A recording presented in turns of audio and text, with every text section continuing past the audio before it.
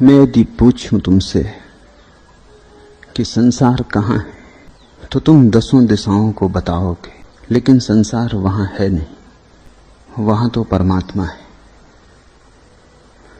तो शायद तुम भीतर बताओ, 11वीं दिशा में बताओ, वहां भी संसार नहीं, वहां भी परमात्मा है।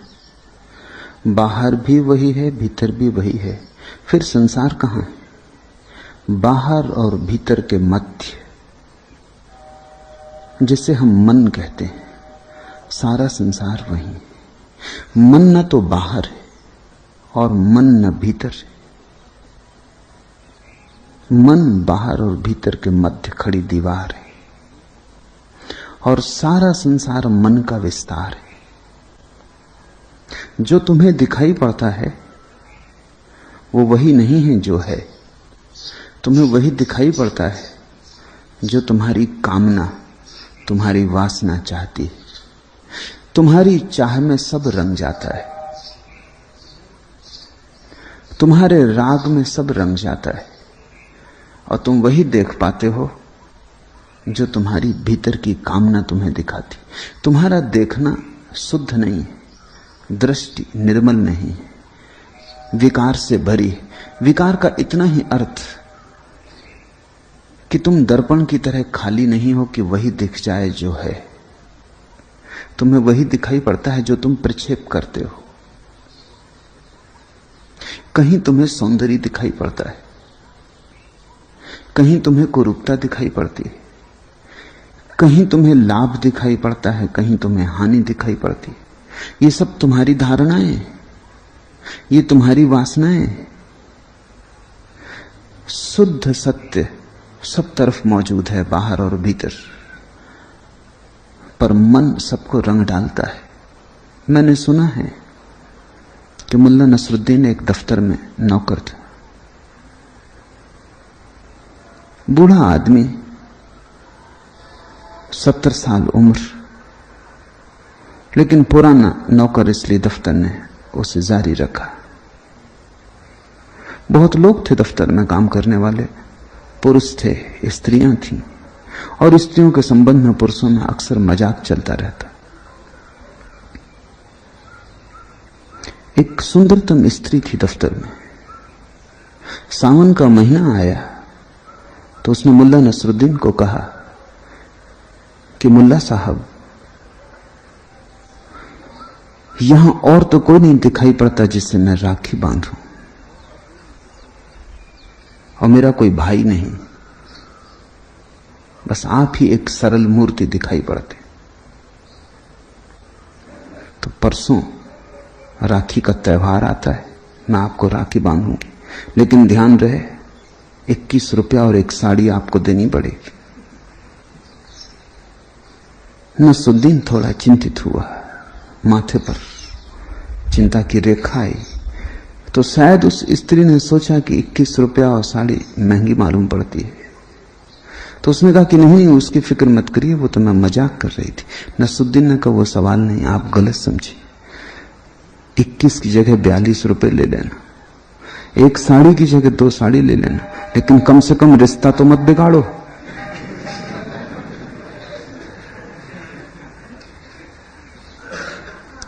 भीतर मन है, उसके अपने राग हैं, अपने रंग हैं।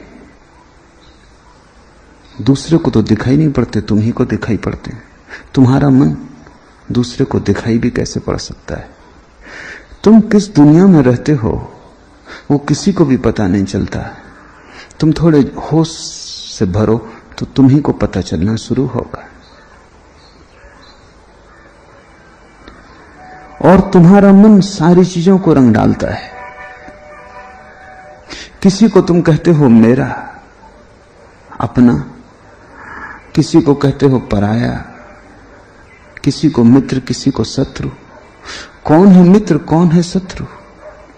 जो तुम्हारी वासनाओं के अनुकूल पड़ जाए वो मित्र, जो तुम्हारी वासनाओं के प्रतिकूल पड़ जाए वो शत्रु।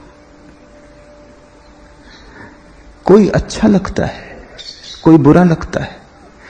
किसी के तुम पास होना चाहते हो, किसी से तुम दूर होना चाहते हो। ये सब तुम्हारे मन का ही खेल है। चेखोव रूस का एक बहुत बड़ा लेखक हुआ। उसने अपने संस्मरणों के आधार पर एक कहानी लिखी। उसके मित्र का लड़का कोई 10 साल पहले घर से भाग गया। मित्र धनी था, लेकिन जैसे अक्सर धनी होते महाकृपण था, और लड़के को बाप के साथ रास न पड़ी, तो लड़का घर छोड़ के भाग गया। एक ही लड़का था। जब भागा था तब तो बाप में अकड़ थी, लेकिन धीरे धीरे अकड़ कम हुई, मौत करीब आने लगी। 10 साल बीत गए, लड़के के लौटने के कोई आसार न मालूम पड़े। खोजने वाले भेजे, थोड़ा झुका बाप, क्योंकि वही तो मालिक है सारी संपदा का। अब मौत कभी भी घट सकती है, कोई पता न चलता था। लेकिन एक दिन एक पत्र आया कि लड़का बहुत मुसीबत में है और पास के ही शहर में पिता को बुलाया है और कहा है कि अगर आप आ जाएं तो मैं घर लौट आऊं। अपने से मेरी आने की हिम्मत नहीं होती, शर्मिंदा मालूम पड़ता हूं, अपराधी लगता हूं। तो बाप गया शहर, एक शानदार होटल में ठहरा। लेकिन रात उसने पाया कि होटल के कमरे के बाहर कोई खांसता खकारता। तो दरवाजा खोल के उस आदमी को कहा कि हट जाओ यहां से, सोने दोगे या नहीं। लेकिन रात सर्द है और बर्फ पड़ रही और वो आदमी जाने को राजी नहीं। तो उसने धक्के देके उसे बरामदे के बाहर कर दिया, फिर जाके आराम से सो गया। सुबह होटल के बाहर के मैदान में भीड़ लगी पाई, कोई मर गया है। तो वो भी गया देखने। कपड़े तो वही मालूम पड़ते हैं जिस आदमी को रात उसने बरंडे से निकाल दिया था। भीड़ में जब जाके पास देखा तो चेहरा पहचाना हुआ मालूम पड़ा, ये तो उसका लड़का है। अपने ही लड़के को रात उसने बाहर निकाल दिया। मन को पता ना हो कि अपना है तो अपना नहीं, मन को पता हो कि अपना है तो अपना है। सारा खेल मन का है। क्षण भर पहले कोई मतलब ना था, यह आदमी मरा पड़ा था, भीड़ लगी थी। लेकिन क्षण भर बाद अब बाप छाती पीट के रो रहा है कि मेरा लड़का मर गया, और अब ये पीड़ा जीवन भर रहेगी क्योंकि मैंने ही मारा।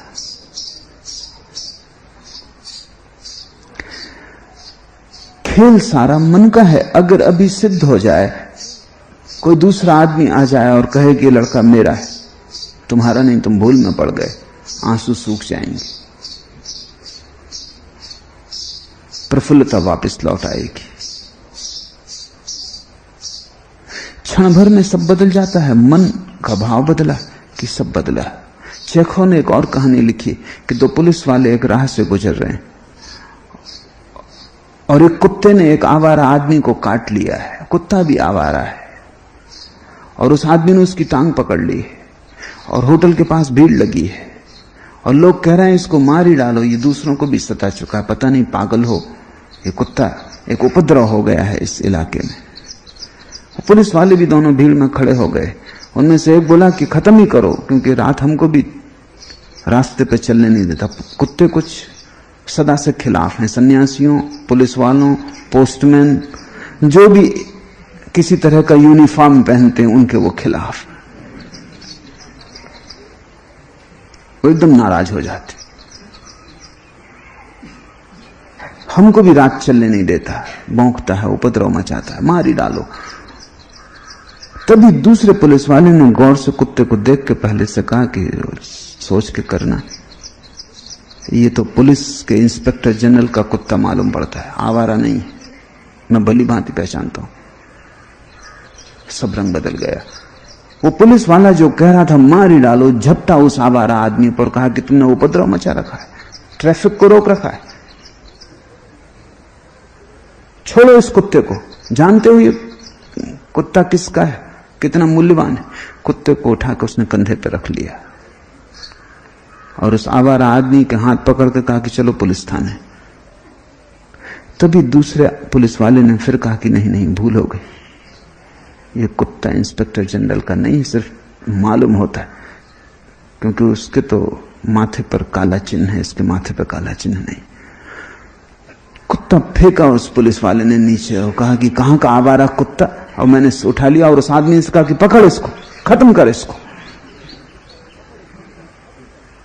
उस आदमी ने फिर उस कुत्ते को उठा लिया, उसकी टांग पकड़ ली, वो उसको पछाड़ नहीं जा रहा है जमीन पर, कि दूसरे पुलिस वाले ने फिर कहा कि नहीं, संदेह होता है कि हो ना हो कुत्ता तो वही है, क्योंकि बिल्कुल वैसे ही मालूम हो रहा है।